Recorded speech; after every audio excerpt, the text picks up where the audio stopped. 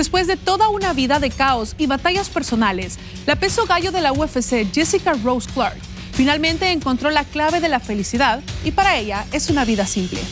Parte de una familia grande, en constante movimiento al norte de Australia, Jessie Jess aprendió a adaptarse a cualquier situación desde temprana edad.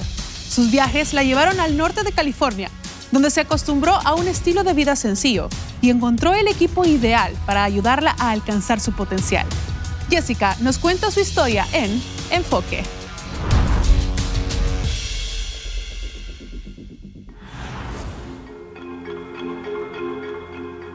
I really am in the best position I've ever been in my life.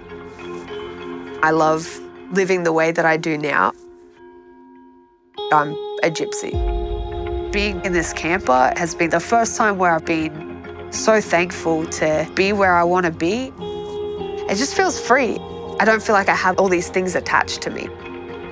I'm grown into my own and less concerned with what people think of my lifestyle. But it's been a long journey to get here.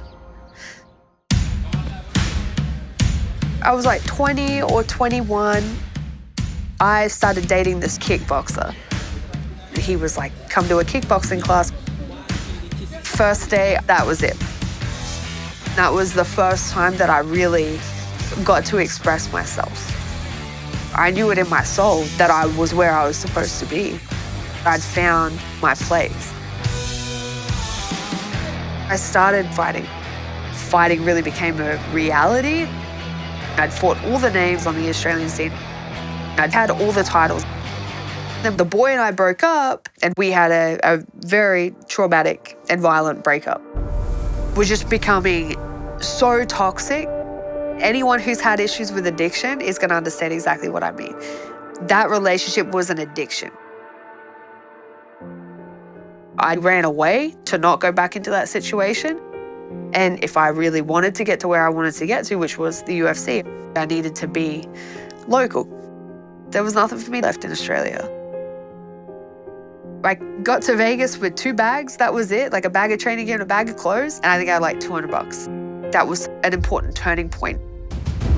I really committed to my career. She lives in the gym. She's always training, she's always in shape. She's proven that she can hang with the best in the sport.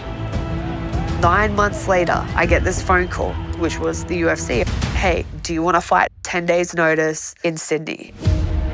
Live from the Kudos Bank Arena in Sydney, Jessica Rose Clark makes her UFC debut.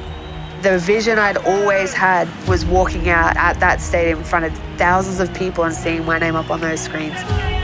I'm like holding back tears. That was what I'd be working towards, was that exact moment. It was just so perfect. Clark accepted the late notice call. This is good work for Jessica Rose Clark.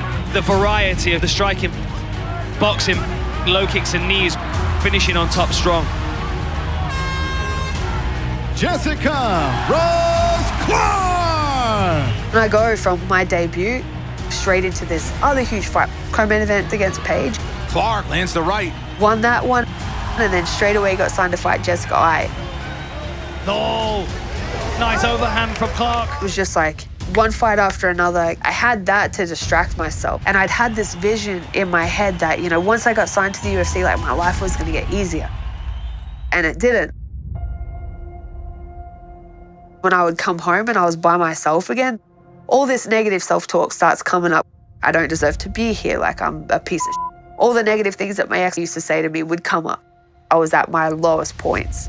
So I would go from training all day, then I would drink all night, then I would go to sleep, get back up, train all day, go and drink all night.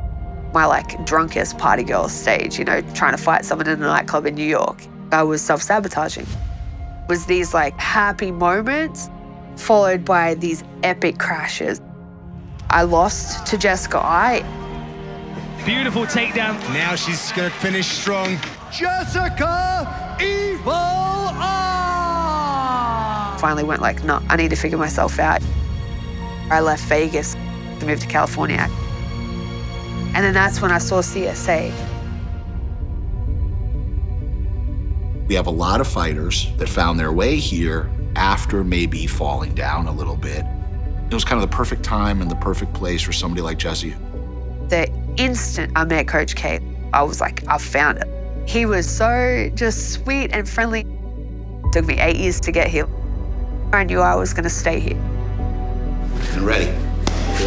I think she'll always be kind of a nomad.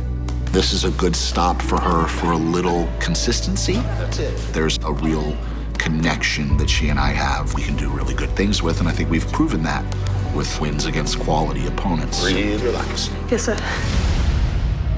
Now I'm finally in a space where I can live the life that I want to live. Finally have a good relationship with my family. I have close friends for the first time in my entire life. I finally have the coach that I've been working towards for 10 years. The more I can accept and love who I am and what I do, the more I can provide that example for other people, and whether they've had issues with addiction, whether they've had issues with abuse, whether they've had a rough upbringing, whatever it is. Even if what you want to do goes against what other people tell you that you should do, or goes against societal norms, or goes against tradition, if that's what makes you happy and makes you feel fulfilled and makes you feel like a whole happy person, like, do it. That you don't have to fit into this box that you're told you have to fit into. What I needed to do, make my home life as happy as my professional life is. And I've done that now, finally.